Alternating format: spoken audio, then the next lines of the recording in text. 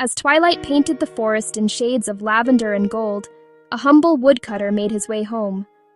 He was a simple man, whose days were spent felling trees by the riverbank. The rhythmic swing of his axe was the song of his life, a tune that put food on his family's table and earned him the quiet respect of his neighbors.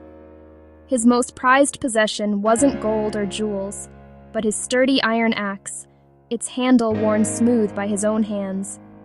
But on this particular evening, with one last weary swing, his grip faltered. The axe slipped, arcing through the air before plunging into the deep, cold river with a heavy splash. A wave of panic washed over him. Without his axe, he couldn't work. How would he provide for his family? He stared at the spot where it vanished, his heart sinking with the weight of his loss. He was an honest man, and the thought of being unable to earn his keep was a burden too heavy to bear. Just as despair began to set in, the water before him started to shimmer and glow. A gentle light grew from the depths, and from it rose a beautiful, ethereal river spirit. Her voice was as soft as the flowing water itself. She held up an axe made of pure, shining gold, so bright it seemed to capture the last rays of the setting sun. "Is this magnificent golden axe yours?" she asked kindly. The woodcutter's eyes widened at the sight of such wealth, but he knew it wasn't his.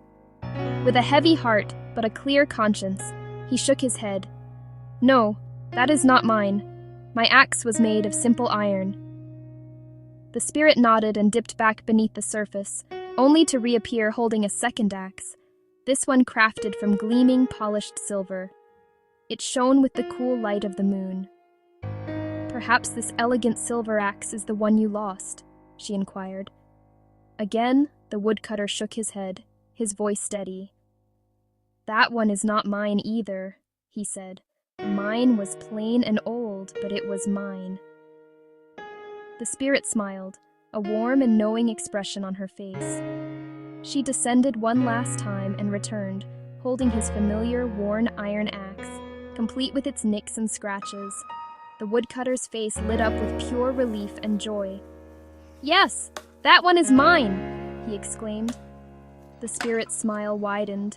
"You are a truly honest man," she said, her voice filled with admiration.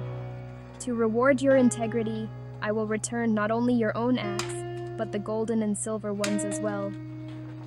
And with that, she placed all 3 axes on the riverbank before disappearing back into the shimmering water.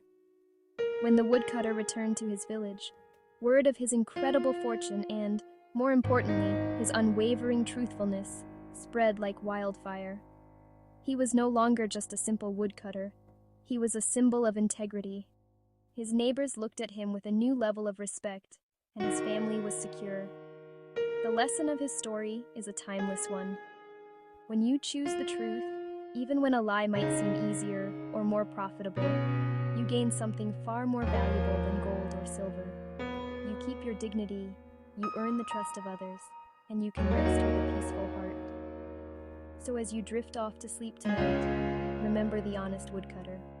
Let his story remind you that integrity is a treasure that never loses its worth. Honesty is, and always will be, the best policy.